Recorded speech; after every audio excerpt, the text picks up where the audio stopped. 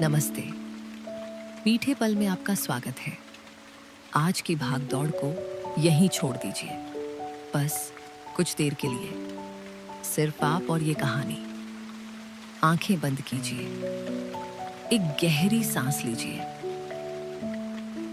और अब धीरे धीरे एक छोटे से कस्बे में चलते हैं, जहां जून की धूप छतों पर बैठ जाती है, जहां दोपहर लंबी होती है और जहां प्यार बड़े ऐलानों से नहीं, बस एक ठंडी पानी की बोतल से आता है। जून का महीना, हर कोई जानता है कि धूप कितना परेशान करती है, पर एक नई दुल्हन के लिए ये परेशानी दोगुनी होती है। नया घर, नए चेहरे, नए नियम, नई रसोई, नई जिम्मेदारियां और एक अजनबी इंसान जिसे अब अपना कहना है, जिसकी आदतें नहीं पता, जिसका स्वभाव नहीं पता, बस एक नाम पता है और एक उम्मीद कि शायद ये घर एक दिन अपना लगे। ऐसे ही एक जून में गौरी इस घर में आई थी। गौरी की शादी मई के आखिर में हुई थी। विदाई के बाद जब वो शेखर के घर पहुंची तो पहली चीज जो महसूस हुई वो थी गर्मी। उफनती हुई, जैसे हवा में आग घुली हो।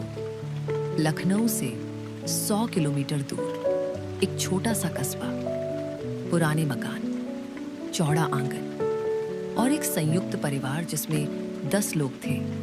सास, ससुर, जेठ, जेठानी, 2 देवर, एक ननद, दादी सास और शेखर।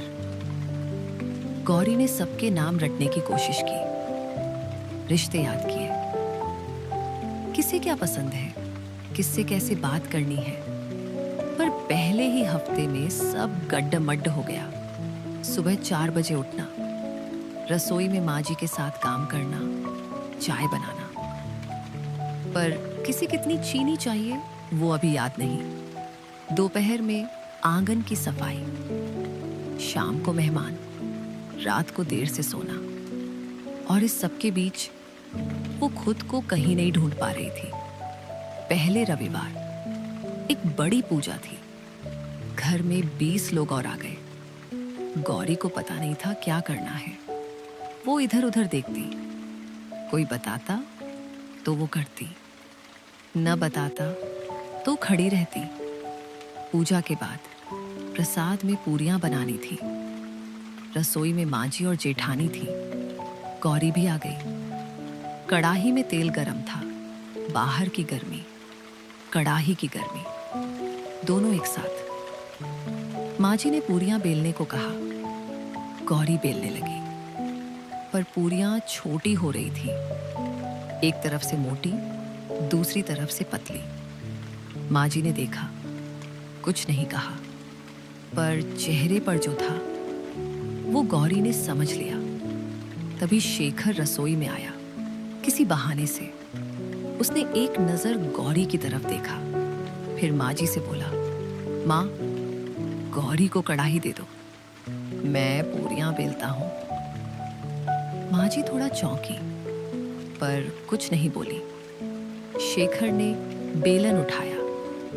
गौरी कढ़ाई के पास आ गई। शेखर धीरे धीरे बेलता रहा, एक के बाद एक, गोल, बराबर। गौरी तलती रही। पूरियां फूलने लगी, सुनहरी, अच्छी। किसी ने कुछ नहीं कहा, पर उस रसोई में पहली बार गौरी को लगा कोई उसके साथ है। पूजा के बाद सब आंगन में बैठे, बातें हो रही थी।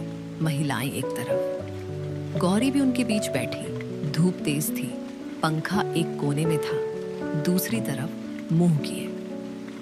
गौरी को हवा नहीं आ रही थी। वो कुछ नहीं बोली, बस बैठी रही। थोड़ी देर बाद शेखर उधर से गुजरा, जैसे कोई काम था। उसने पंखे की दिशा घुमाई, बिल्कुल सहज तरीके से, जैसे बस ऐसे ही। और आगे चला गया। किसी ने ध्यान नहीं दिया, पर गौरी ने महसूस किया। हवा उसके चेहरे पर आई। आंगन में धूप इतनी थी कि बैठे बैठे सिर भारी होने लगा। गौरी चुप बैठी रही। उठने का मन था, पर कहाँ जाती। घर अभी भी अनजाना था। तभी शेखर फिर आया। इस बार उसने धीरे से कहा, माँ जी, गौरी को कुछ काम बताना था, जरा बाहर भेजिए। माँ जी ने हाँ कह दी। शेखर ने गौरी को घर के पिछवाड़े ले जाया। वहां एक पुराना नीम का पेड़ था, उसकी छाया में। यहाँ बैठो थोड़ी देर, पर कोई काम नहीं है, बस बैठो। गौरी बैठ गई नीम की छाया में। थोड़ी देर बाद शेखर एक गिलास नींबू पानी लेकर आया। कब बनाया? गौरी ने पूछा। बस अभी। गौरी ने गिलास लिया, एक घूंट पिया। खट्टा, नमकीन, ठंडा। तुम्हें कैसे पता चला? शेखर ने कंधे उचकाए। बस पता था। वो दोनों कुछ देर वहां रहे, नीम की छाया में, चुप। पर वो चुप्पी अजीब नहीं थी। वो चुप्पी पहली बार घर जैसी लगी।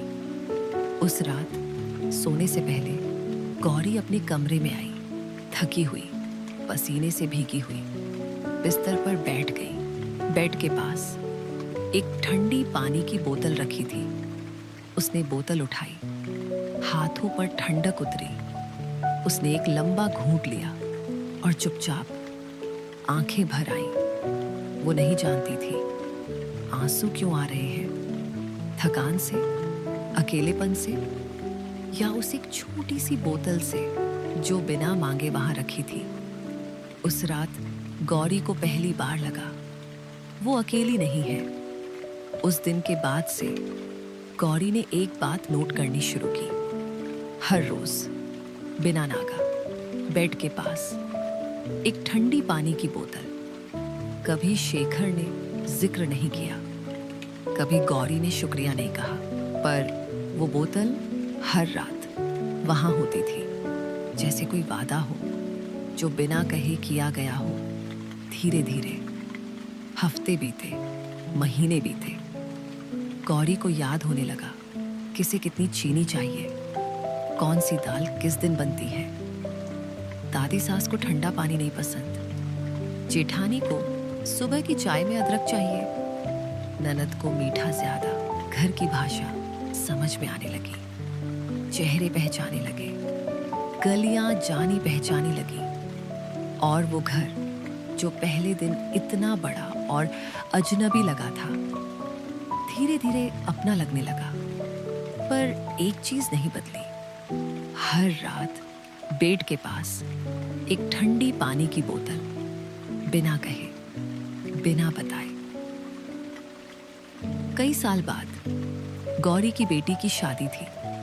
घर में फिर वही हलचल, वही मेहमान, वही धूम। गौरी सुबह से दौड़ रही थी। रसोई, मेहमान, बेटी, हर तरफ।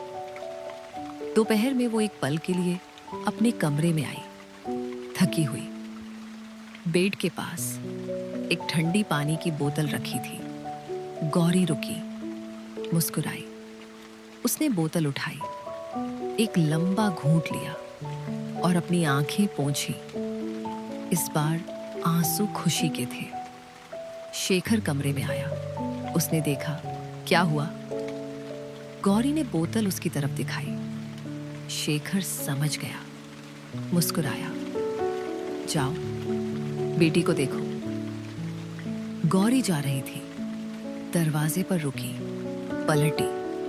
उसे याद आया, वो पहली पूजा, वो बेलन, वो पंखे की दिशा, वो नीम की छाया, वो नींबू पानी और वो बोतल हर रात बिना मांगे, बिना कहे।